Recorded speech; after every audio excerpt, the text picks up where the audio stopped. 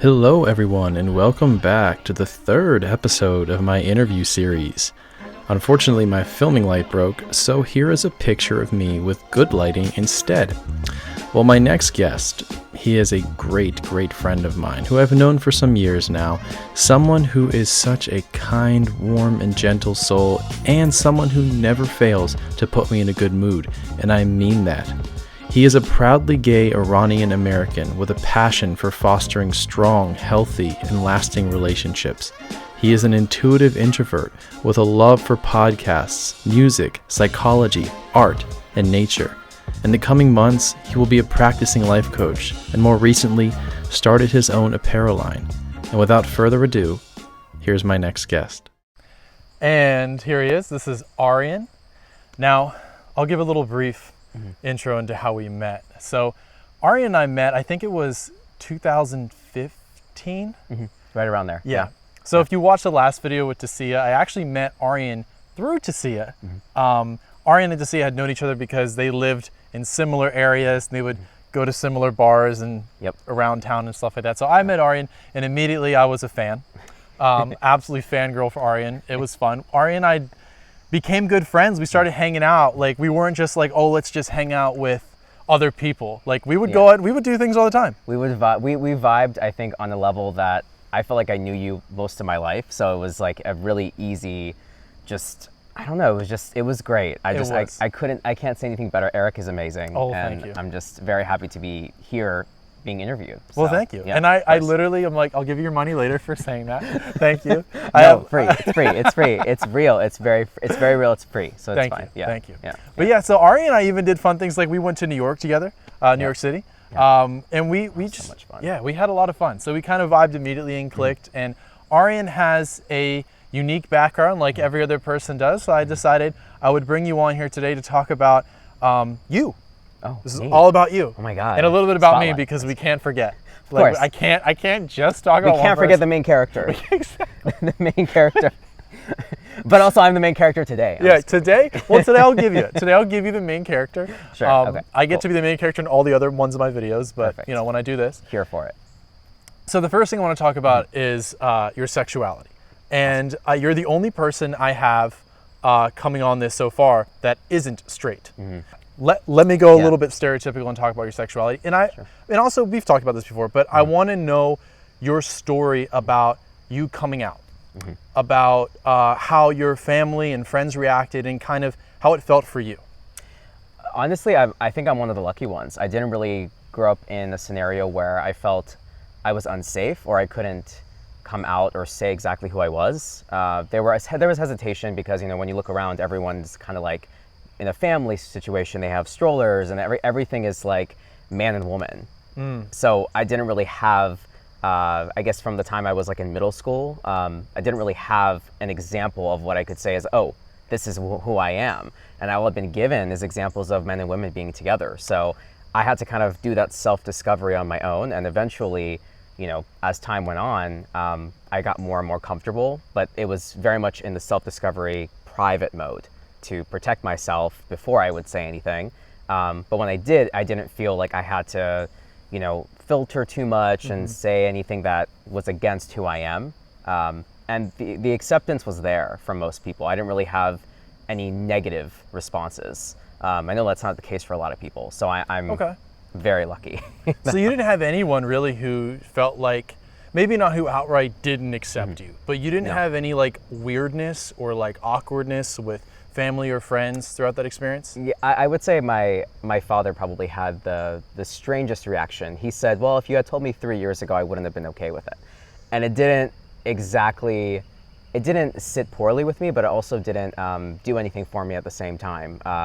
It just felt like I'm unsure about an answer. It didn't feel very solid. It didn't feel like someone that I would see in my life long term. Okay. So I think that solidified in my mind, like there's so many people who are accepting and were like, okay, well, I love you anyways, versus whatever that answer was, which was very like, I'm still processing, and which is fine. I think everyone needs to process and grieve any type of news. But with him, I felt it was more meh.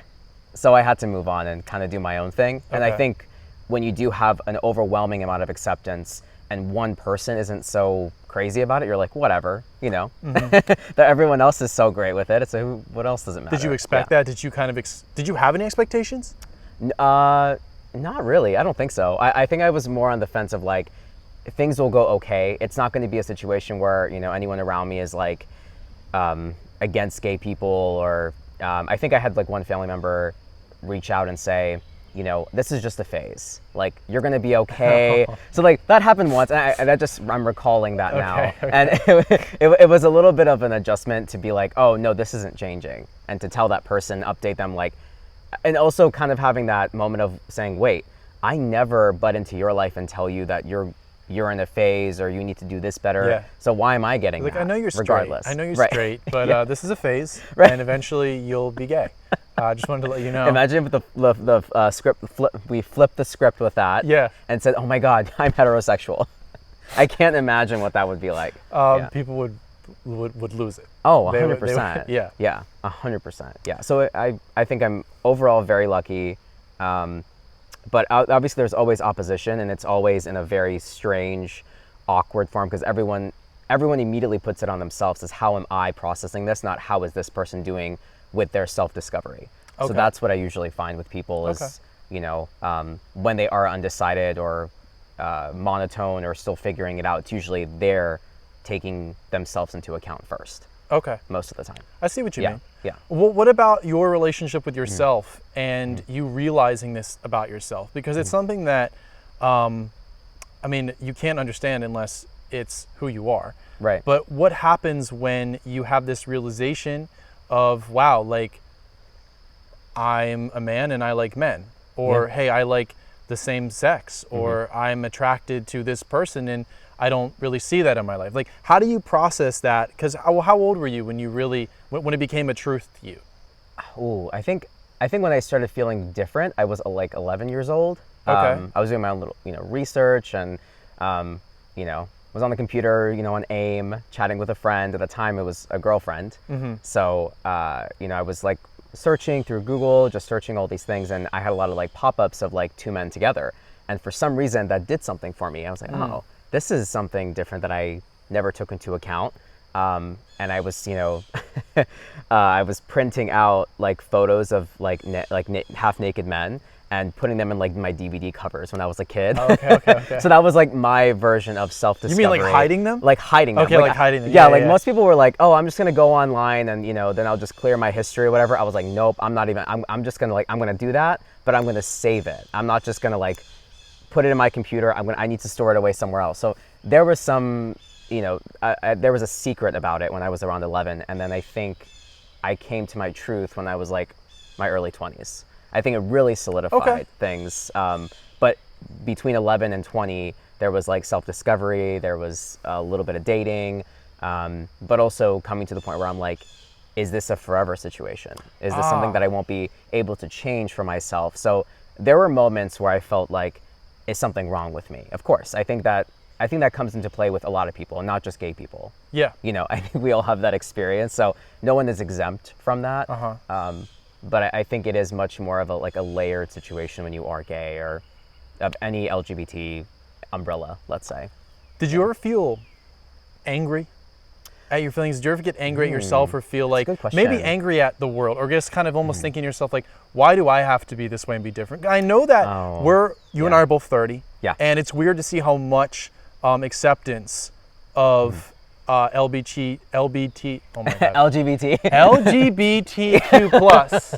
I can't wait for that. You know what? Like, literally, I never say that acronym correctly. There's so many letters. But here's the thing, I know it. I could write it down. But when I have to say it out loud, I screw something up, so I just avoid the acronym. I'm awful with acronyms to just begin avoid with. it. So the only reason why I know LGBT is because I've seen it so many times that it's ingrained in my heart, my soul, in my head. It's all over the place. So I'm awful with acronyms. But with this one specifically, it's LGBTQIAP. Like, it goes on. We're gonna write that down, Yes. and I'm gonna like be like, okay, because no matter what it was, it could be 3 letters, and I'd be like A B C D. Oh my God. I'd still mess it up.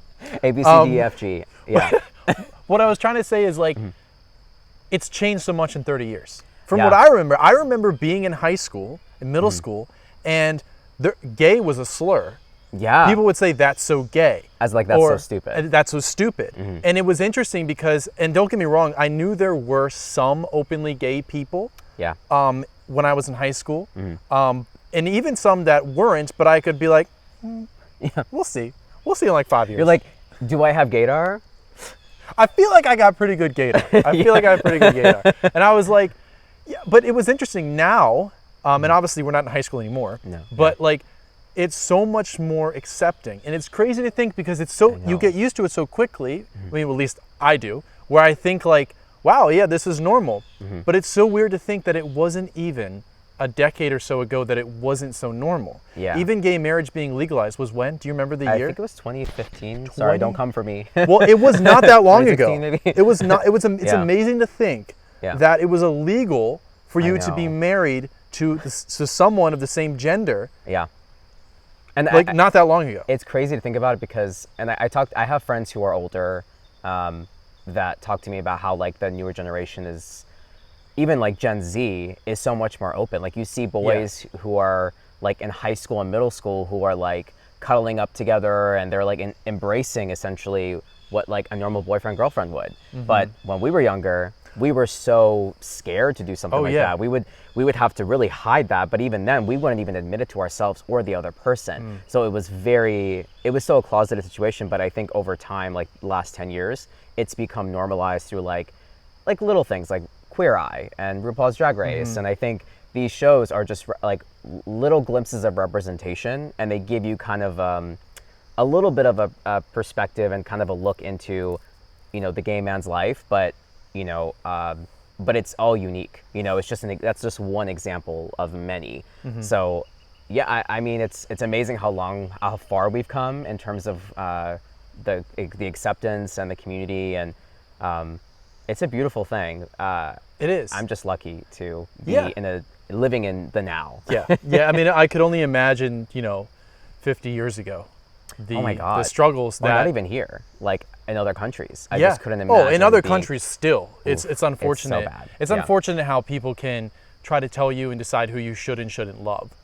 Or have sex with, or anything. It's really unfortunate that people want to get into someone's business. Yeah, it is very rooted. Yeah. But you know, it's interesting that we even bring this up because, you know, because remember I said I had to make it about me for a little bit.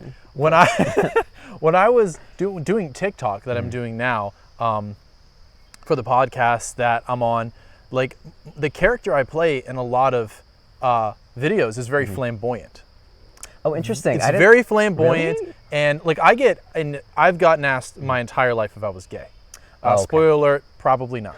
But so like it's like I even play as a joke half the time. I don't even care anymore. But like I can act this way, right? Right. And I thought to myself, which is weird because I was doing this naturally. It's a character that I play and that I have, and that's fun for me to be flamboyant. It's not like I'm not like exploiting or pretending to be something. It's just me being like, all right, this is the character I want to play because it's fun. And then I would think when these videos get posted and I watch myself, I'm like, wow, I'm probably going to get made fun of. Probably going to come at me with like any kind of gay joke they can, or it never happens.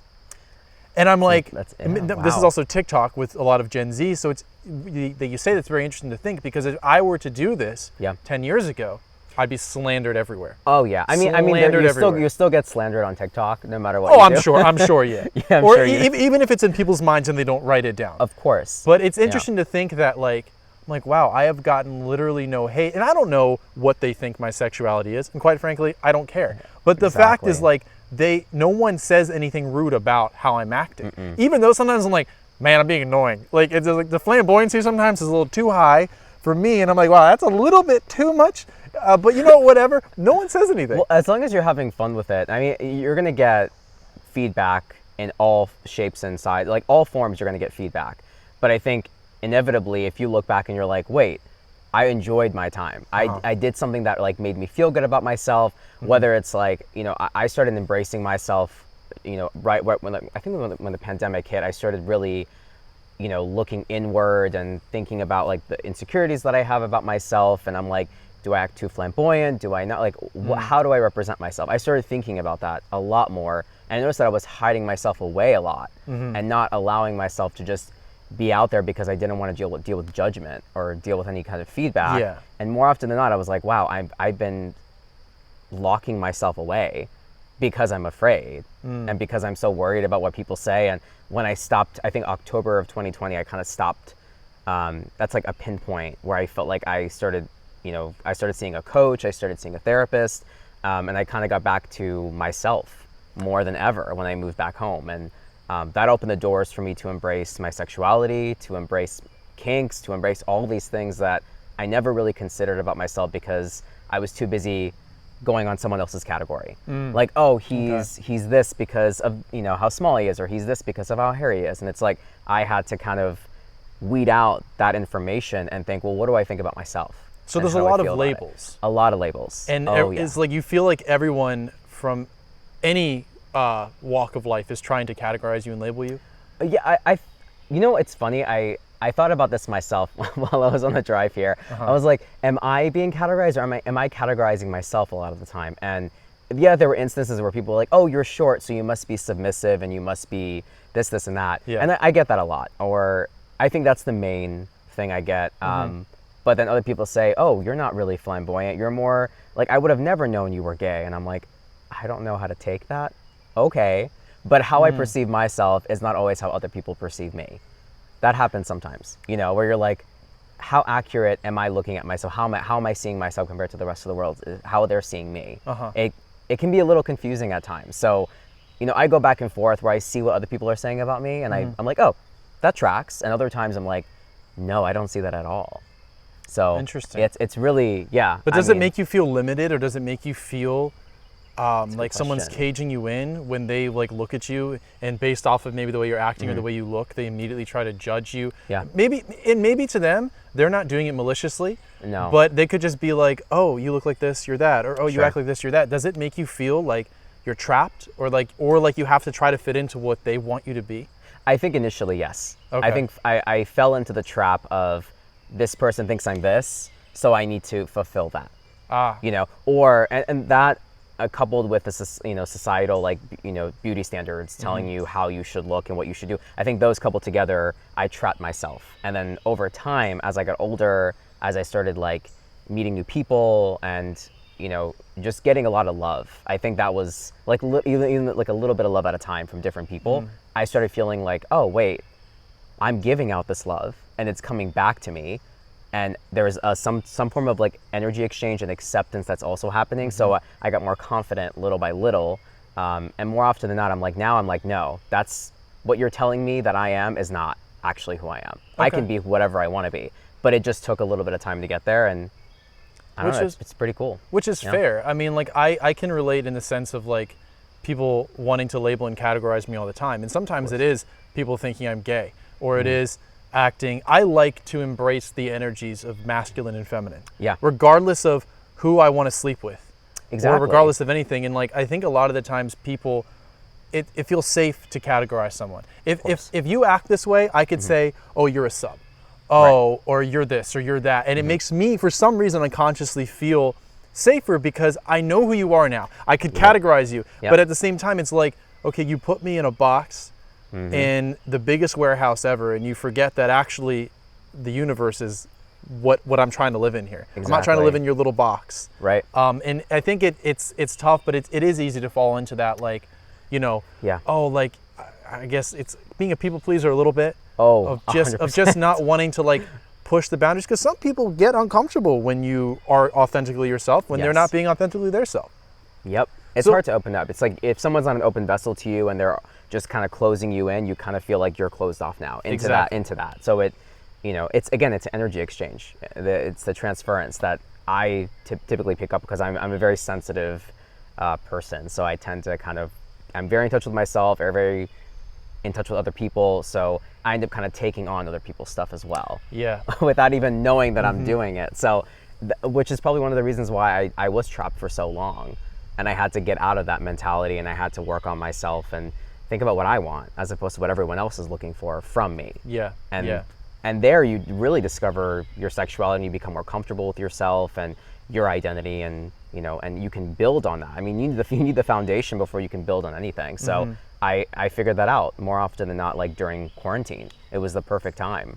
Yeah. Because I think everyone was kind of doing that.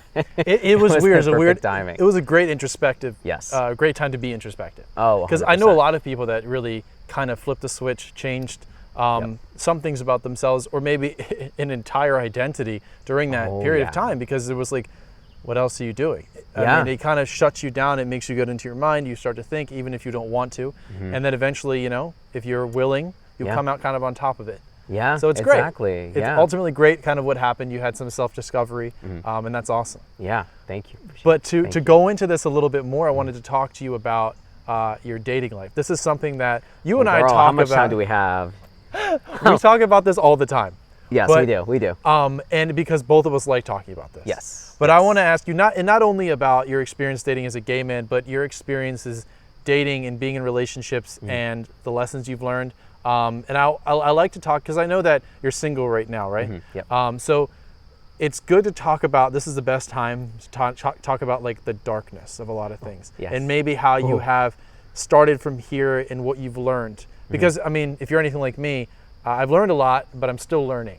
Sure. So yeah, as we all are. yes, start me from the beginning Oh Lord. of when you started dating, and kind of maybe some of the early lessons of what happened then.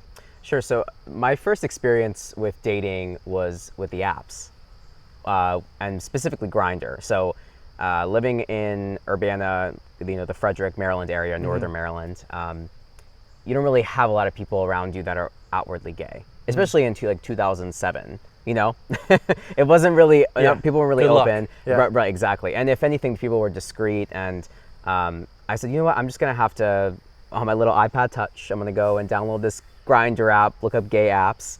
And I was like, oh, this is kind of a cool dating site, but it wasn't really dating. It was more like a hookup site, more often than not. So I'm thinking, let me just go on here and find my husband.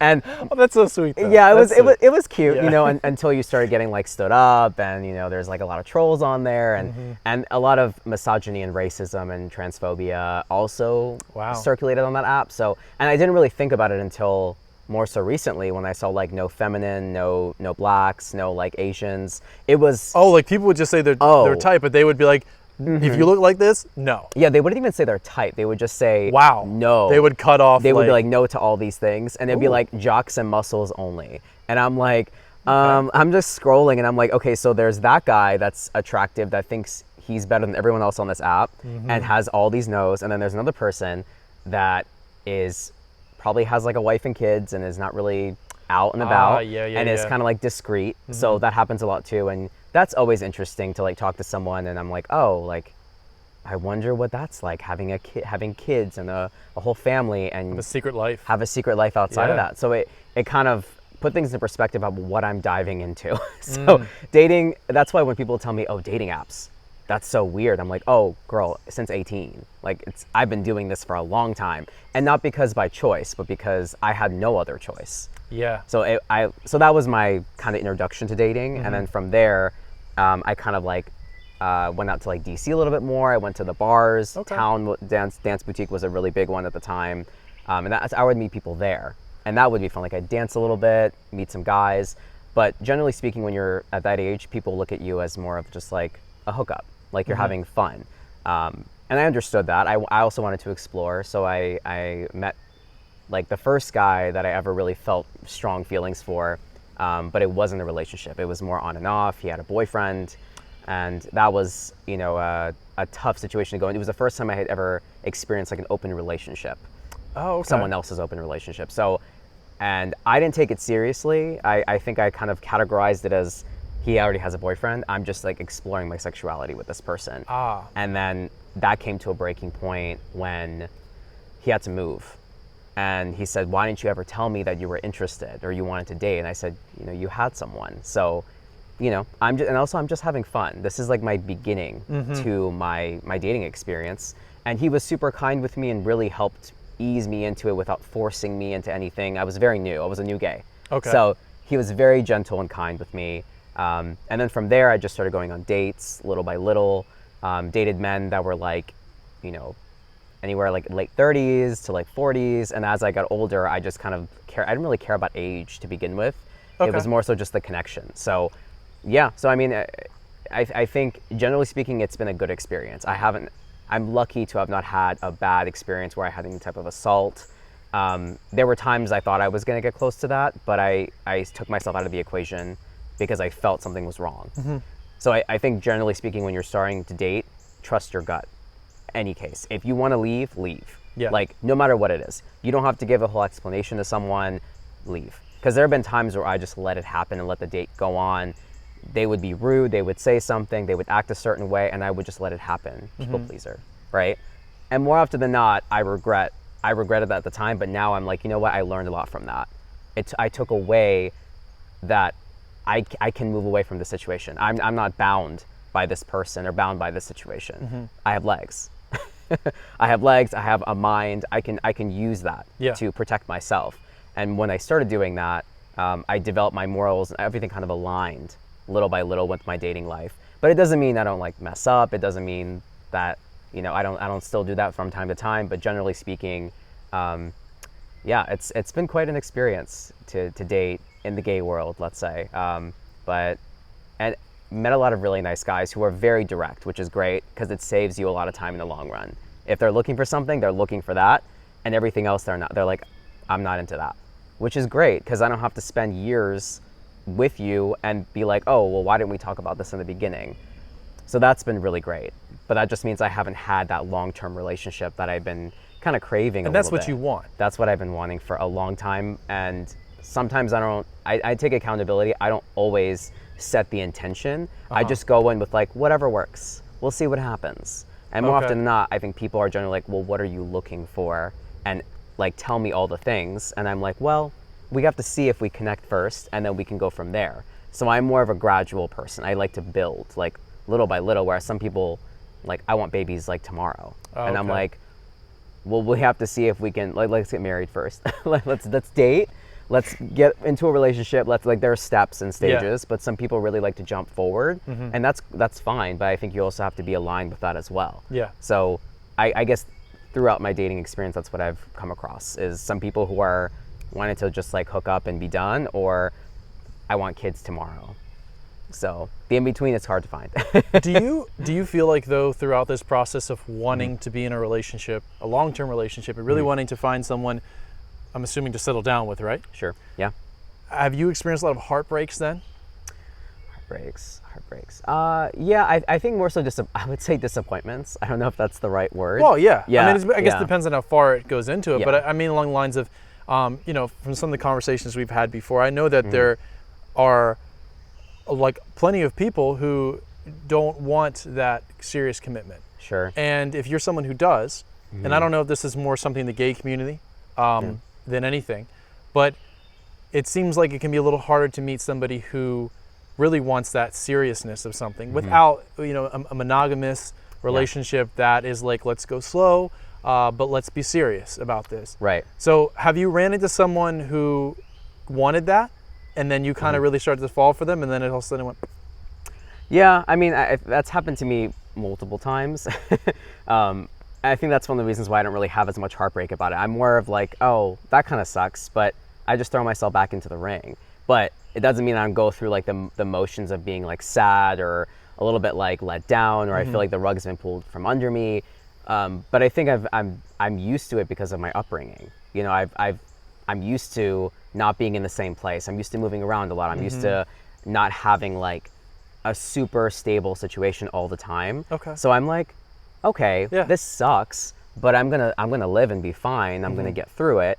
But I'm gonna give myself moments to be sad and upset about it and feel some type of way. So I think we all need to allow that without being like, oh my God, it's the end of the world, or oh my God, this is the worst situation ever and I'm never gonna get over it. Because you may not get over it, but you'll work through it and you'll cope with it and figure it out. Yes. And I think I had to just learn that in the first few letdowns to be like, okay, it wasn't meant to be in that time. Right now, maybe not. Maybe down the line, maybe our paths will cross again. It's always about like giving myself a little bit of hope in every situation and just being realistic about it.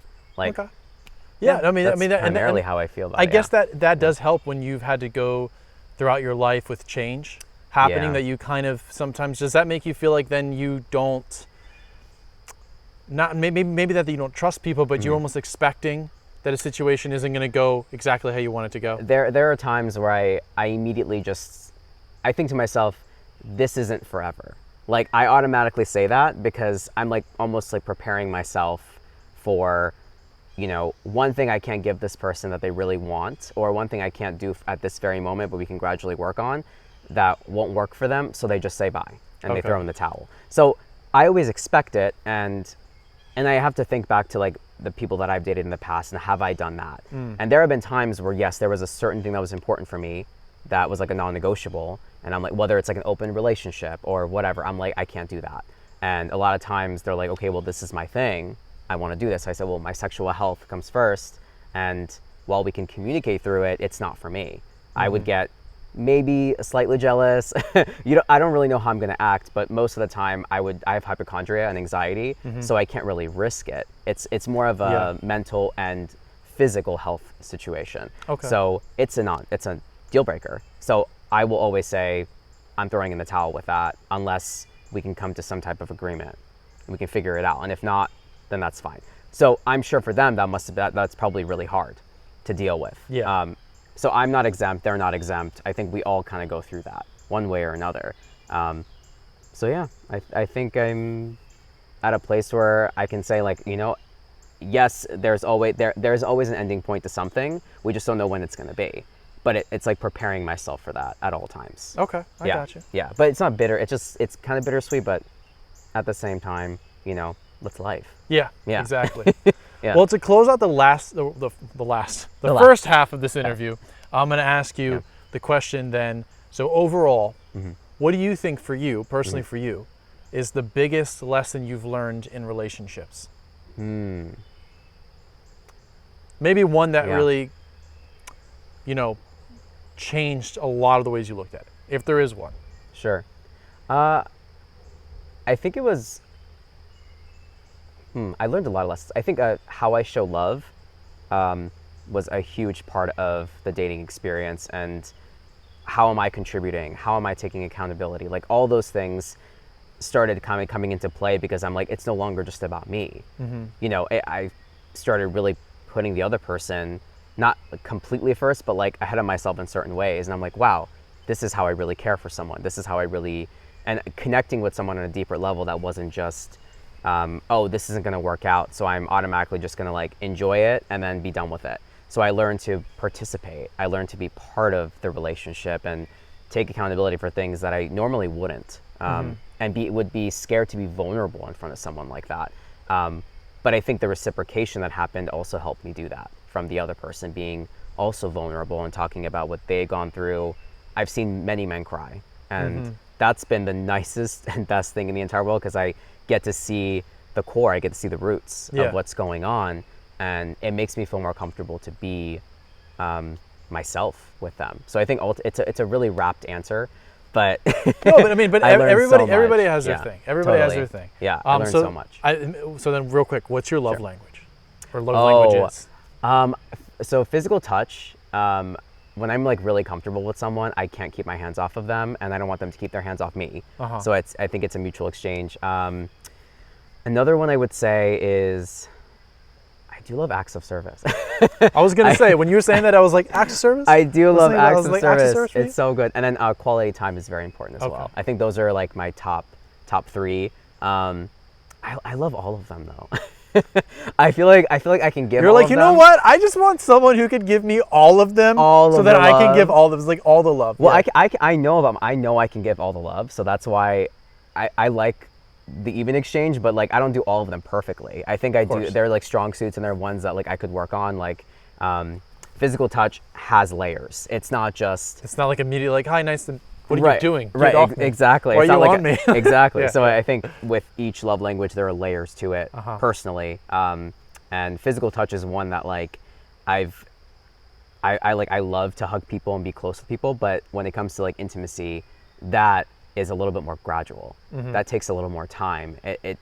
Things have to align. We have to be connected. I think that for me is a super important aspect in terms of any love language. Is just having that alignment with your connection, but also like your morals and your values, and like the way someone acts in the world is sexy. Like the way someone is in their being is attractive. You know, that's where I start my love language. That's where everything comes out. You know. Okay. Yeah, I love the way you explain it. Yeah. But when we come back, we're going to talk about Aryan's relationship with his father, your life coaching journey. Oh my God. And of course, we're going to close it always out with spirituality and Aryan's individual spirituality. But we'll be back after these commercials.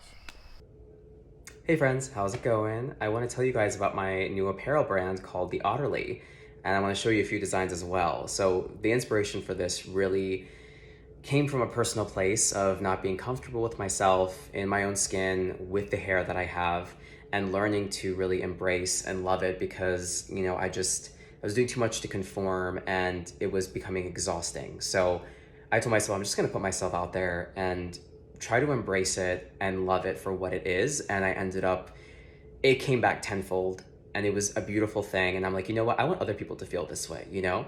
So I just started designing and coming up with like witty lines and like cool graphics. And I discovered Teespring, which required me to not pay a dime, but also gain profits when people bought my products. So I couldn't say no to the opportunity. I did it, and people started catching on, and it felt so like validating and loving and just amazing. So, you know, go check it out. Eric's gonna link everything in the bio, my website, and also if you want to follow me on Instagram, it's at The Otterly. So here are some designs. I hope you like it. So this beaut is the pronoun collection, and this little baby is the trans flag and the pride flag intersecting, but I really wanted the trans flag to be at the forefront. So I hope you love it. If you do, please go to my website and purchase. All right, thank you so much. And we're back. So I wanted to jump straight into it, and this is a question that would make me uncomfortable if someone asked me. So here's my best shot at making you uncomfortable. So talk to me about your relationship with your father. Ooh. And now obviously it kind of sets it up to, obviously it's not perfect, otherwise why would I ask that question? Of course not. The daddy issues are very real, but like we're going to talk about them. Yeah.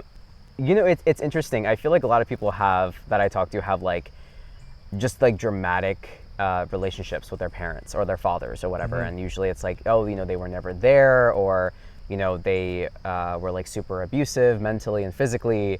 And I'm, again, another, you know, lucky situation where I didn't necessarily have the physical abuse or my father never being around. He was very much around, but he was like an absentee father. So while he was there, he was always thinking, where could I be? That's what I always felt from him. It was always very like where could I be away from this situation? Oh, wow, so he was a little bit more disconnected from like the family, even though that's what he wants. It just he wasn't really connected with my mom and I. At least that's what I felt. I felt like he did his best with what he could, and he made it work for himself at the time. But we never really developed that really strong father-son connection. So it never felt like something was necessarily missing from me. It was more just like it wasn't like he was there for me and then all of a sudden he abandoned me. You know, I think from the very beginning, it was what it was. And no one wanted to call it, you know, for years. My mom didn't even want to call it. She wanted to be like, it's your dad, it's blood, you should like make it work, because, you know, she's just trying to be a good mom. And more often than not, I had to make a decision as an adult, like, is this person an important part of my life? Are they someone that encourages me, makes me feel good about myself? Or are they just someone that I'm obligated to be around, or I'm obligated to know or spend time with? So through the experiences with him of, you know, like with the divorce that happened with my parents and the way he acted, you know, there were moments where I thought, oh, there's going to be an end date to our relationship or whatever we're trying to create here. Always like not meeting me halfway. I always have to kind of go to him and do the things that he liked to do. So more often than not, when I run into people like that, I run away or I don't really give them the time of day. So like I had to make that decision with him to disconnect. And I thought that was an important point. So when I meet people in the world, I'm doing the same exact thing. And I didn't really think about that and put two and two together until I'm like, wow, I'm glad I made the decision for myself. And I didn't allow it to continue further into my late adulthood, where I could build resentment and I could build a grudge. Okay. So the relationship is non-existent, I think I would say. So you don't but speak for good to reason. him? No, No. He Does he reach yeah. out to you at all, or? Nope. Mm-mm. We definitely had like an end point where and emails were exchanged, and he basically said, it's the end of the line for us. And I was like, oh, okay. Well, this is great. I don't have to break up with you. You break up with me. What was his reason? Well, his reason, it's interesting. He never really had a reason other than the fact that he just didn't want to deal with it in general. Deal with your Yeah. relationship with him. Yeah, deal with the relationship Or deal with the him, family. Family, his situation with my mom was always complicated. My dad didn't want the divorce, but my mom did. So because of the complications within their marriage, my mom was like, okay, I'm done. Like, I'm calling it quits. We need to move forward. We're not in love. Let's be done. He wasn't ready for that. He didn't want that, but my mom did. So I think he has like this built up resentment or feeling about it. So, but this is just kind of my perspective of what I saw growing up and what I noticed. And I think from there, he just never really got over it and never moved forward. He just kind of kept stewing on those feelings, and he never could really talk about it, no matter how many times I tried to talk to him about it in general. He just threw it over and said, oh, what's your mom spending money on? It was a lot of money conversations to weed out, like it was a distraction to talk about the money, to get away from the real issues and the like root problem that he had. So couldn't really connect with someone like that in general. I mean, how do you connect with someone like that? Yeah. Who is just covering everything up with money? Like at Yeah. some point, something's got to give, and usually it's the relationship that ends. So it was a pretty easy decision for me. Well, I think he made the decision for me and made it easy so I could just be like, perfect. I don't have to be the one to break up with the person. I can be broken up with and move forward instead of worrying about how am I going to do this? Did you feel, maybe this is a silly question, but did it hurt?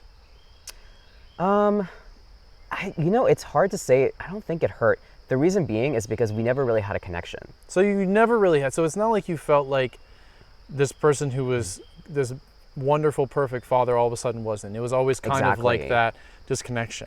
But was there ever a part of you that, and when I say hurt, I mean because I could think of this, I think a lot of people have expectations of their parents. Sure. So you want mom to be this way, dad to be this way, to collectively for them to be this way. Sure. And if one or both or whoever doesn't give you that, does that hurt? Even if you think to yourself like, well, I never saw it from you, but I hoped I would get it. And that's what I mean. Did you feel like you never had those thoughts?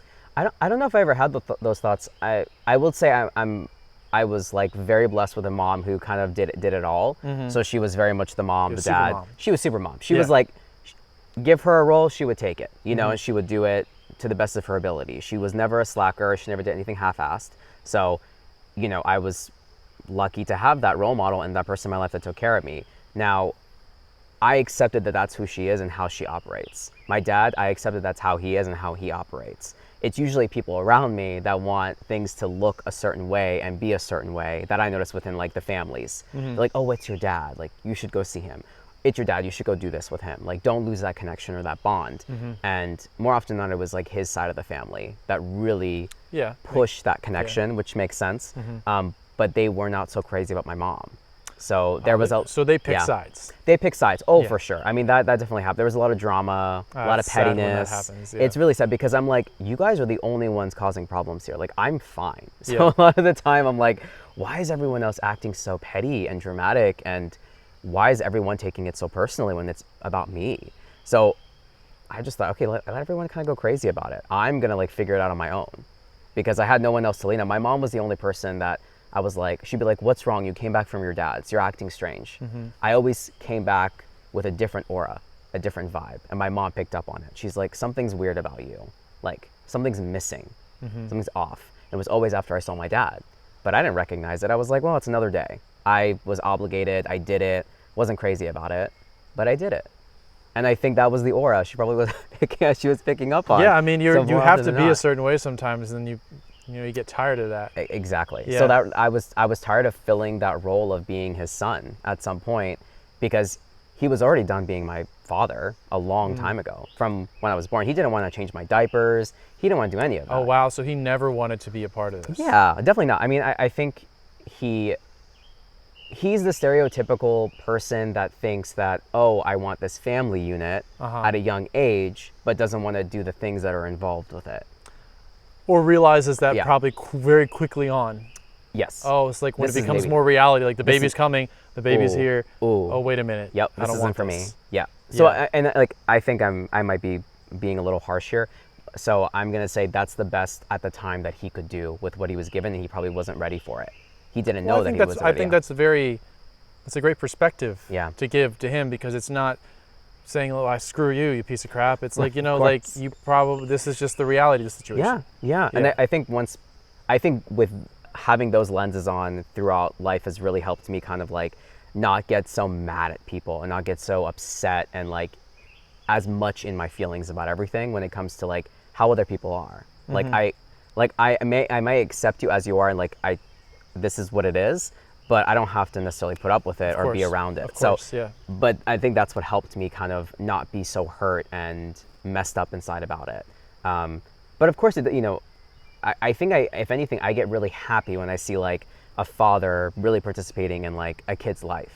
I'm like, that's such a beautiful thing. I'm like, I aspire to be like that one day. And it exists. That's all I care about, is that I see that it exists in the world, and that makes me happy. I'm right there with you. You know? I'm right there with. It's Yeah. funny hearing you talk about this too, because, I don't have a great relationship with my dad, and I would always say this to everybody. I mean, it sounds not similar, but I could feel it a little bit with you. Like, my mom was the one who really raised me and my sister. My mom was the one who provided the love and the attention and the care, and my dad was more focused on work and not the most giving and caring person. And then it created this disconnect with me and him. Although, not to compare our fathers, because you can't, but it's hard to not, because I think what you're telling me about someone who really almost never wanted to be part of your life.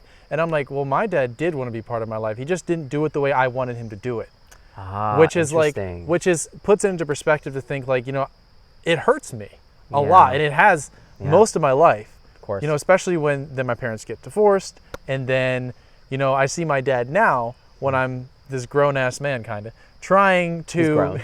He's grown. I guess. Yeah. Trying to be there in a way, but it's still like there's a lot of resentment I have and a lot of things that I have that I'm like, Built up. you didn't do it the right way when I wanted you to do it the right way. So I asked for now- this, but I got this. Exactly. So it's like, so now I'm like, nah, I don't know.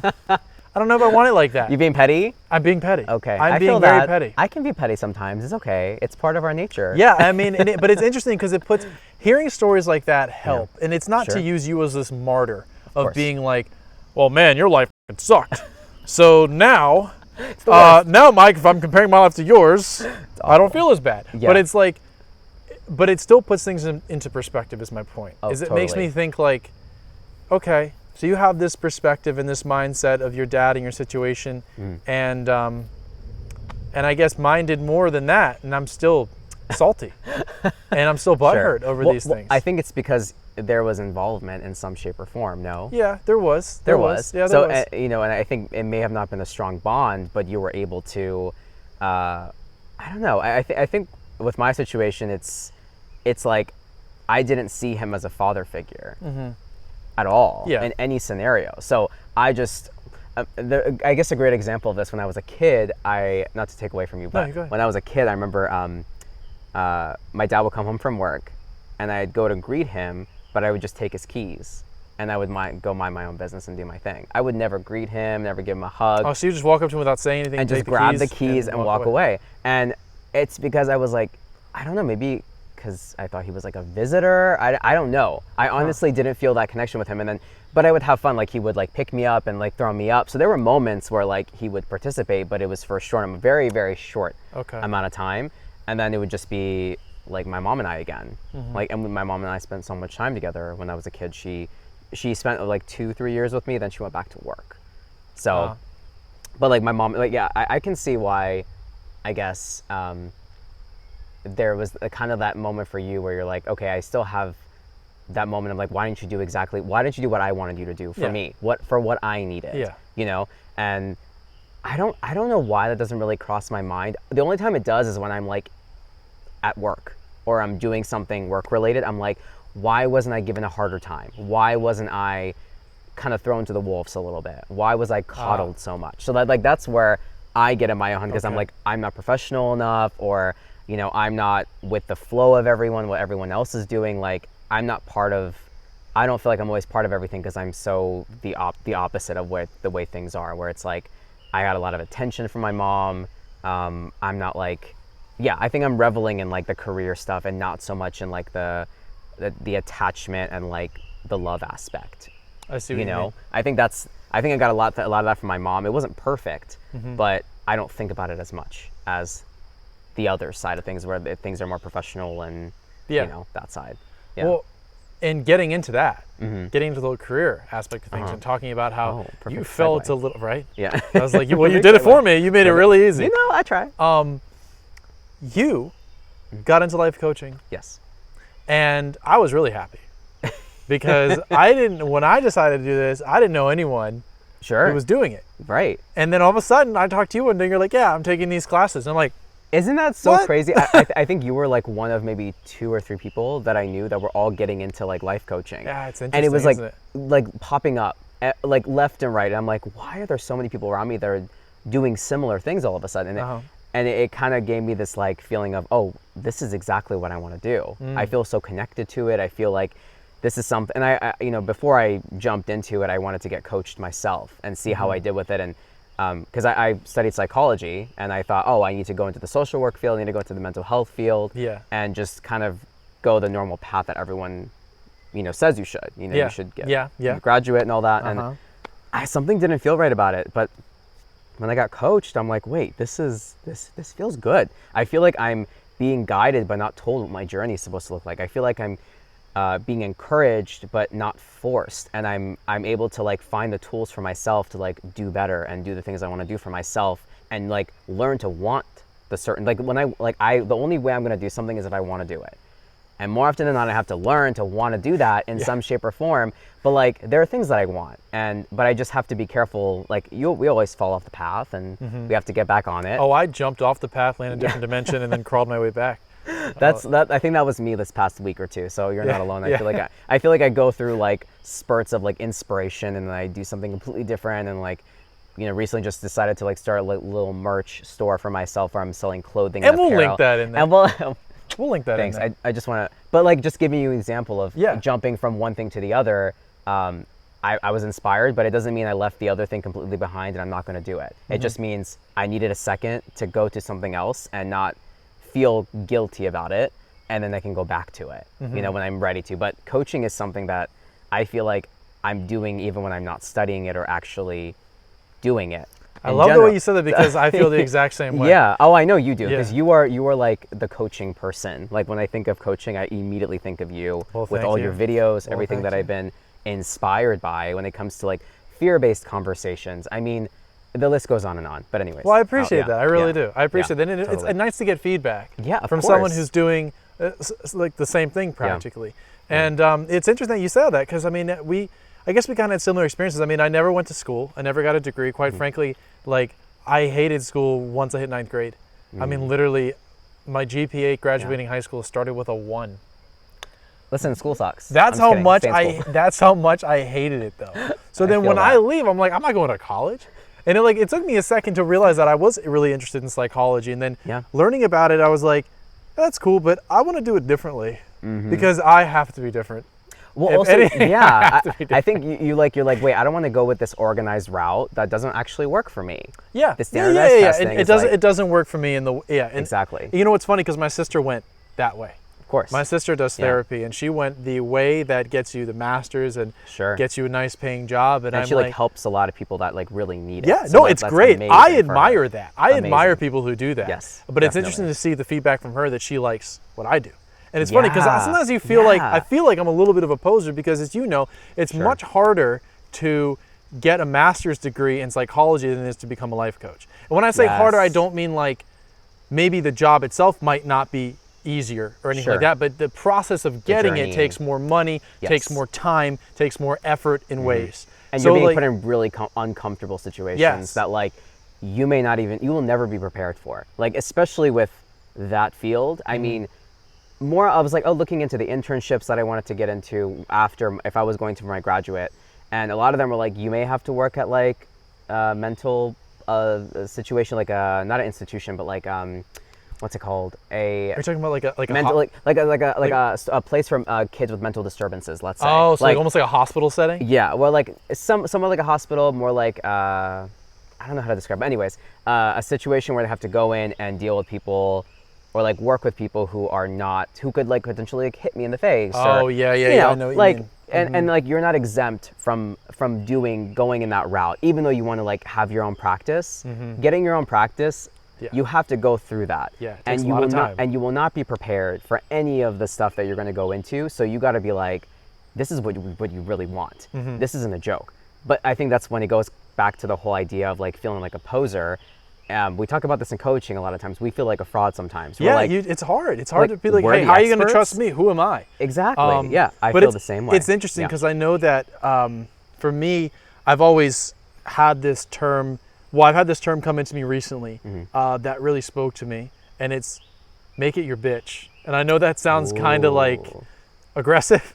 Yeah, but it's like, a little problematic. But I need to tell myself that yeah. I need to make my business my bitch because I Yeah. need to own it. And that's what I mean by that. Yeah. That term was given to me by someone else, but it Yeah. spoke in the sense of like, it made me feel like, yeah, I need to just do this because there's a lot of things that, and I was thinking about this the other day, you know, think about the things you've been through in your life, heartbreaks, pain, despair, like anger. You've been through all these emotions. Yeah. You've been through a lot of things.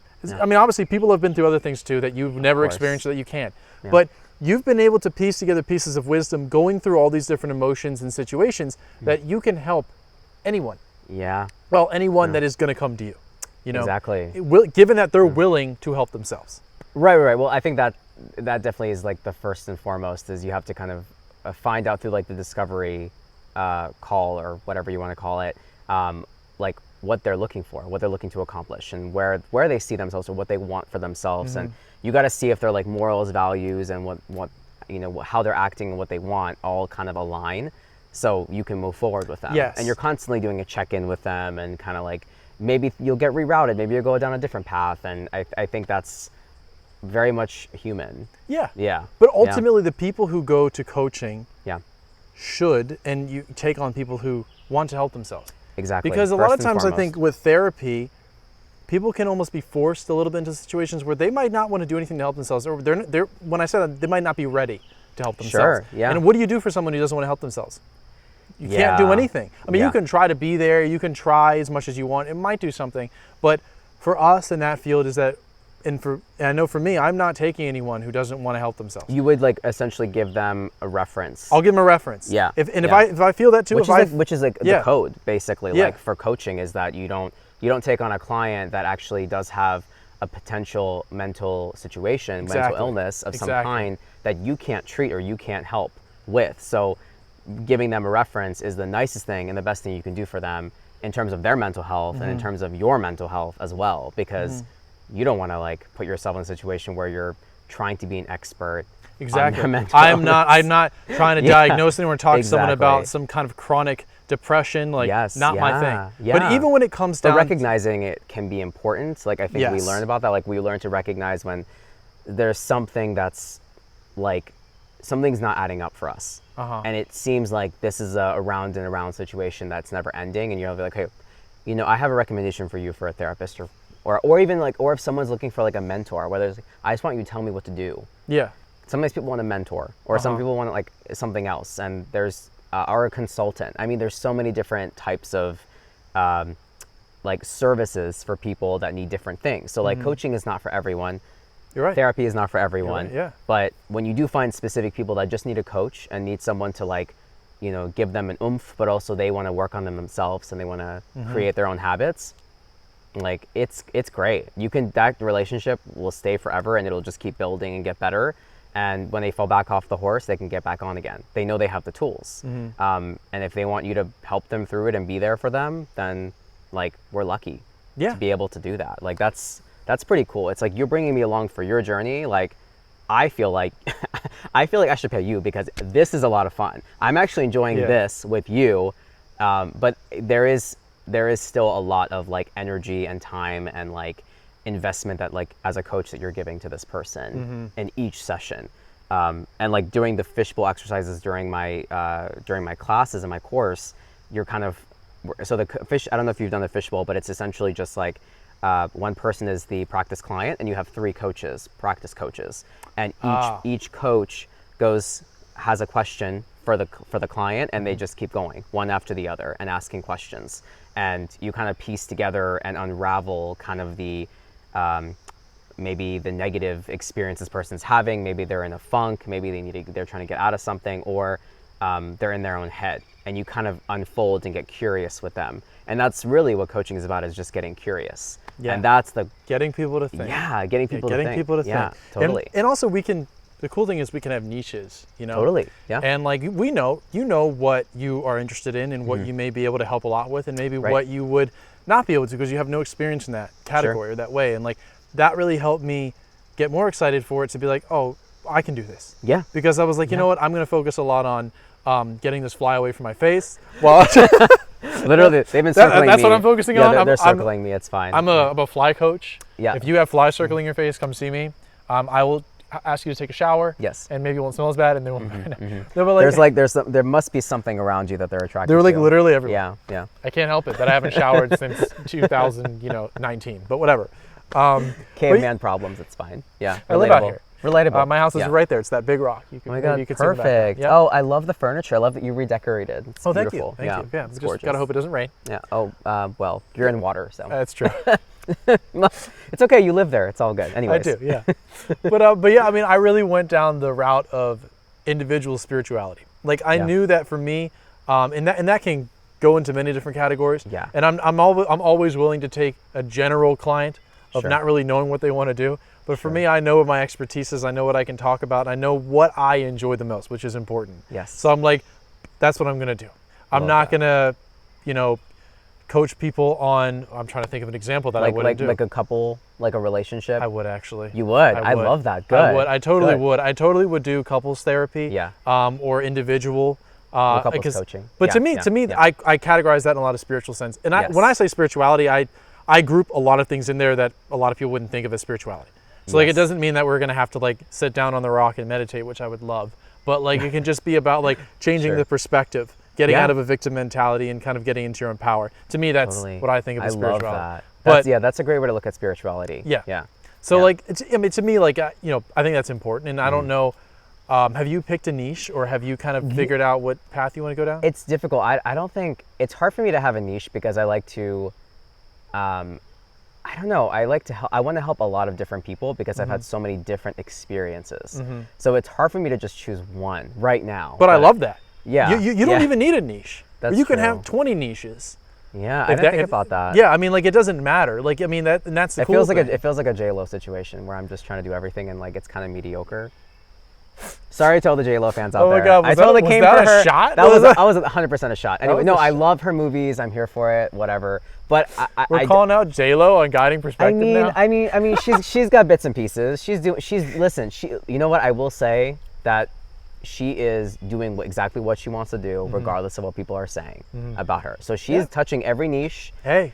And people are listening and watching. So like, at the end of the day, it's like, regardless of my opinion, how I feel about it, whatever shade I throw, at the end of the day, she's doing what she's doing. And it's working for her. True. So I think I got to do the same thing. Yeah. I want to do the same thing where I can just help I would love to help couples.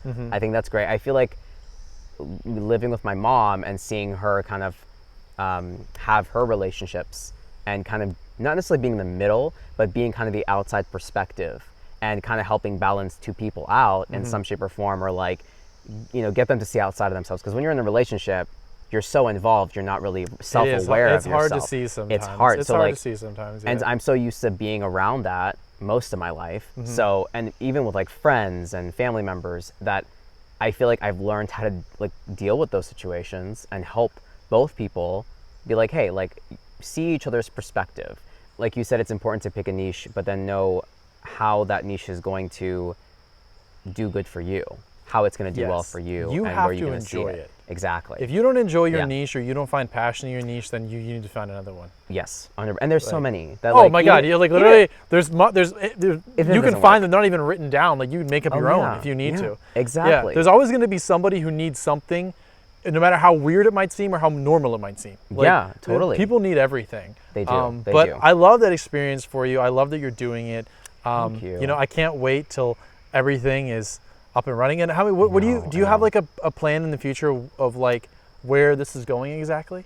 I'm not a person that like has like future plans, like in terms of like I see, like I have vision boards and I have things for myself that I see, but I don't necessarily like, I'm not the person that goes, I need to do this, and it's going to get me to this. So you're kind of just going with the flow. I go with the flow a little bit and things kind of come to me. I get inspired, and that's where my best work comes out. Okay. And that's where it's mostly genuine. So I do see myself coaching and getting clients and kind of like starting a career for myself with that.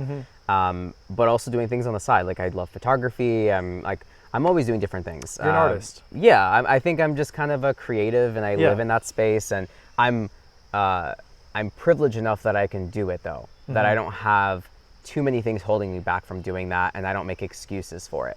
I don't have excuses that I can make really. So it offers me the freedom to be like, let me go with the flow, you know. But we'll see. I'm excited for the future. I have plans for myself in like what it could look like, but I'm not bogging myself down to like That's good. That's a a smart way to do specific it. plan, because I don't want to be disappointed. Like, At least you know. yeah, At least you but know. also if you know yourself well enough, you're like, I've seen a pattern here. I know myself well enough to know that I'm not going to do this to myself, you know? And I think the more we think like that, the less we have resentment towards other people, towards ourselves, and things just kind of flow better. But not everyone learns that. Hopefully we all learn that at some point, or someone can kind of like give us the perspective to think that way, where, you know, we're not so set on something going exactly the way we want it to. Something fell out of the bushes. You know what? I had a fight or flight response, so everything went through my head. I was like, Oh my God. but I was like, how quickly could I sacrifice? That was my Aryan face to falling to the protect ground. myself? Yeah, that's me. It's fine. Anyway, Anyways, we didn't die. We didn't. It wasn't like a huge bald eagle or anything. Yeah, Are those even, they are here. they're here? They're here. Oh, But we're see. friends. I'm friends with them. Don't Okay, worry. cool. I know they're. Okay. Cool. I know their leader. He's friends. We're cool. Cool. From what Freaks they out told internally. me. It's Yeah. fine. Gonna get attacked by a bear in 2 seconds. Freaks If I out get internally. attacked by a bear, okay. Oh, I'm running. You're Okay. all. It's every man for himself. That's I'm so true. sorry. I don't care how great of friends we are. A bear comes. Yeah. You're about to Well, see it depends the on what most kind of bear the you're least- talking about, okay? Depends on what kind of bear. Okay? I'm looking, okay? I You're don't like, see. I don't wait, see. bear? You said bear? You said bear?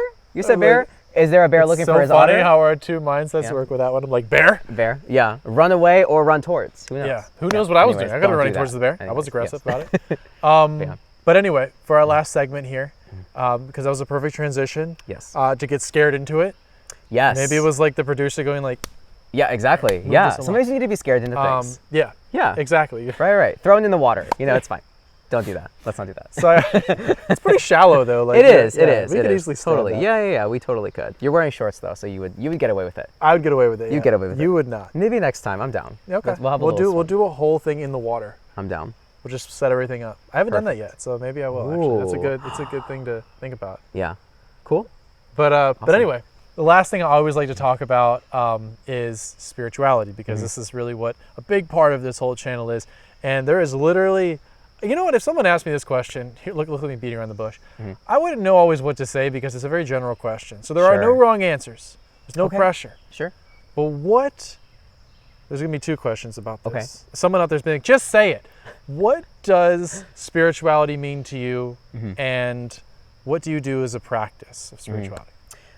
I think for me, spirituality is, it's more being more in touch with myself and in touch with like the present and the now, and like being connected to whether it's nature, whether it's like family. Just that for me is where my spirituality lies.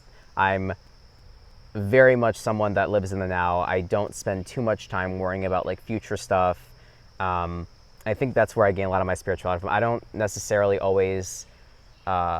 I believe there's something bigger than us. I think that's where my spirituality also comes from. There's something. Having faith in something. Yeah, having faith in something, and I think that's where also hope comes in, and like a fact that we're like a small piece of the world. Like we can have such a big impact, but we're such a small piece, and we're just trying to like figure it out as we go along. But without the self-awareness and without being so in touch with yourself and other people, you kind of miss out on the spirituality through that journey. So for me, that's where it really comes from. It's like thinking that I'm part of a bigger plan, I'm part of a bigger situation, but it doesn't mean I can't have any impact and I can't like enjoy and really invest in things that I love and care about. And that's where growth will happen. That's where more spirituality will come about. So I think it's kind of hard to explain spirituality. It is. Sometimes It can be. It can be very hard to explain. It's tough because you don't want to just relate it to like a higher being. You don't want to just relate it to like nature, but it's kind of a wrapped up answer. It's like everything. I just like to confuse people at the very end. Me too. I just like to confuse people. That was all bullshit. I was making that all up. Anyway, I don't even care about your stupid ass dumb question at the very end. I don't even know what spirituality. I'm just kidding. No, but I think that's like a lot of people like to meditate, and I'm not someone that really meditates too much. You like to do things, right? Yeah, I'm more of a person that like I'll listen to a podcast. I'll like journal. I'll do things that are more get it out on paper, get it out of my system, or like I get out of my system and work through it, and then take it back as a new perspective or a new thing. So you do like to write that? So I do like to write. That's awesome. Journaling. I've been journaling since I was like 11 or 12 years old. Wow. So that's like. Oh, so you're an expert at it. Oh yeah, I've kept a diary. I mean, looking at like my previous journal entries, I was a little bitch. I was mean. I mean, it must be fun though to go back and look at some of them. It was fun, but like okay, so full disclosure, there was one evening I just had a breakup, and I was like, let me look at my journal. I opened the book. I didn't even look at the first page. I just cried like for a good 10 minutes and just sobbed. And I'm like, what is going on? Did you get it on the pages? Yeah, 100%. Okay, I was gonna say, wasn't that gonna be a little bit of like the aesthetic? The first page is like totally wrinkled up now, and I'm like, oh wow, am I gonna become like a songwriter? Am I gonna like write about my breakups? Like, am I gonna next Taylor Swift? What's gonna happen? Yeah. Right, what's gonna happen? But then I was looking through the different entries, and I'm like, everything here was about like breakups and like relationships as if I knew. It was about like my parents' divorce. It was just everything out on the page. If I hated something in the moment, I wrote it down. If I was stressed out about something, or if I was like really excited or petty, or I felt like, oh, they like me, it must be amazing. Like whatever it was. Okay. Like insecurities, I would write it down, and it was a form of therapy and also a form of like survival because I had no one to talk to about these things. Like my mom was busy with her life, her relationship. She was taking care of me the best that she could, and she did an amazing job. But the focus wasn't really me in terms of how I was doing. You know, if anything, it was more like Aryan's alive, he's quiet, he's a good boy, he doesn't get in trouble, so it's fine. The survival aspect. The survival aspect. Yeah. But mentally, I was just going through the discovery of my sexuality, and at the same time, going through like my parents being divorced. So it was like a lot of layers to my life that I really needed to like journal down or find a way to, you know, get it out and just kind of come to terms with it and accept it. And then from there, I was able to like get up in the morning, go to class. And even though going to school was hard and it wasn't fun, I had anxiety attacks at school all the time, and I kind of just kept it in. And then when I got home, I just journal it, get out of my system, hang out with friends, laugh about stuff, just like anything to distract initially. But then I realized distractions weren't working. Like I didn't want to just go and, you know, do something stupid, get in trouble, because that was a distraction. It would just make me feel worse about myself. So I would just go home and be very much alone by myself. And that's where I discovered a lot of who I am. And, you know, I didn't get lost in other people's way of life. I didn't get lost in what people wanted me to do, and decide who I was, like ultimately in my foundation. I never wanted that for myself. So in some ways people say, oh, you're kind of a loner, you were kind of an introvert. Sure. But that was me protecting myself. That was me saying, what are people going to do for me at this age? Not a whole lot. But you wrote it all down. Exactly. I was like my own. You became a therapist. Exactly. Like, for myself. You know what? And I love that, because when I ask this question all the time, you know, some people already know exactly what they're going to say, and sometimes it takes a second to get it out. But like, I love what you said about spirituality, because again, it is so individual. Yeah. Now, don't get me wrong. Of course, there are other people who write. Sometimes I'm not a journaler, but I will write things down sometimes, and it really does help. Yeah. You know, sometimes I wish I would have been doing it my whole life. I know. To go back and look, just to be like, wow. Now, sometimes you go back, I relog into Facebook and I look at my old posts and I'm like, Oof, that's why people didn't like me.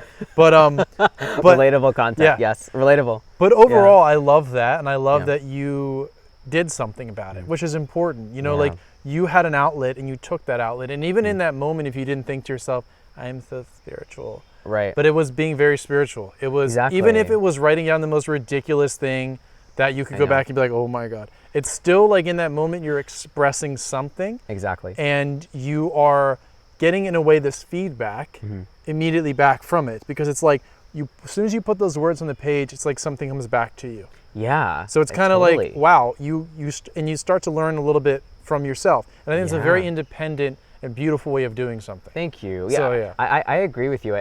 I think for me that was a great starting point, and it was good for some time. But then, you know, there were times where I really needed like someone to talk to about it and like listen. So I think that was a layer that I couldn't escape. I needed that. I needed to talk to someone at some point. So for me, I wanted to cover all my bases. You know, some people are fine without therapy, and that's an individual choice. But I feel like, why not get everything as much as you can, if you can afford, if you can, you know, get that under your belt. I highly recommend it, because it's like another outlet. It's another way to kind of get out your thoughts and have someone that's like not necessarily telling you how you need to be or what you need to be. Just have someone listen and mirror back what you're saying. Yeah. And that really does help. So when I saw a therapist, I think I was about 18 years old, I saw my first therapist, and well, actually, let me backtrack. The first time I ever saw a therapist was in middle school, when I was caught with gay porn on my computer. So my parents gave me the little, go talk to someone. We don't know how to deal with this type of situation. Okay, and that lasted maybe a day or two. So I guess that wasn't a good experience you had. It was more like, what is this? I'm not doing this. And thank God I'm spoiled, so I got my way. So I just stayed in the car. I didn't go in. Oh, okay. So okay. so I was able to avoid a lot of like the therapy that was forced on me. And then when I was 18, I decided for myself, like, oh, I actually want to talk to a therapist about like possible daddy issues, my sexuality, kind of like these layers that I've been dealing with in my journal for so many years. I need to get that out of my system and talk to like a professional about it to see what do I need to work on. Like, how can I go out in the world, into college, into like the real world, and not like affect other people around me, and treat people well, and treat myself well during that process. Like, I didn't want to be the disaster I saw in so many people that were my age and where everyone was going. I was like, I can't do that to myself. You know, I don't want to do that to anyone else. Seems like you had to grow up pretty fast. Oh yeah, I think Yeah. from a young age, when things were already unstable, it's like you're kind of forced to grow up. You have no choice, because everything around you doesn't really make a whole lot of sense. It's not like anyone was really prepared to begin with, you know? And like, who is really prepared? But some people nowadays really prepare for like a family. Like they have their bank account set up, they have like their relationship intact, they have a therapist to talk to about their relationship. It's like, people really now, more than ever, really care about their families. And I've been seeing that more than ever. So I get happy about that. Like when I see my friends who I went to college with, they have their own kids and their relationship, I'm like, wow, the way they communicate, the way they're so in tune with their kids, and they play with their kids, like in their little toy, you know, like toy play thing, whatever. And I'm just like, this is so cool. Like, I love seeing that. And I always joke about like, oh my God, baby's ill. Like, I always joke about it. But I can see myself having a family, and I love family, because I grew up with a lot of family from my mom's side. You know, we have like 7 aunts and uncles. It's a big family. Yeah. A lot of cousins. So I'm used to that. And it's something that I definitely would love to have in the future, and I always think about. But that's what I also was thinking about, is like, whoever runs into me in the future, how am I going to treat them, and like, have I worked on my crap enough to be able to like deal with harder things coming up in my life? That's where my head was at. And I was also getting tired of like not taking accountability for things. I didn't know I didn't want to blame everything on everyone. So therapy was necessary for me to like get my thoughts just kind of aligned and kind of just stabilize, I would say. That really helps. And also find out where my anxieties lie and where my triggers are. And now I know exactly how to deal with them, you know?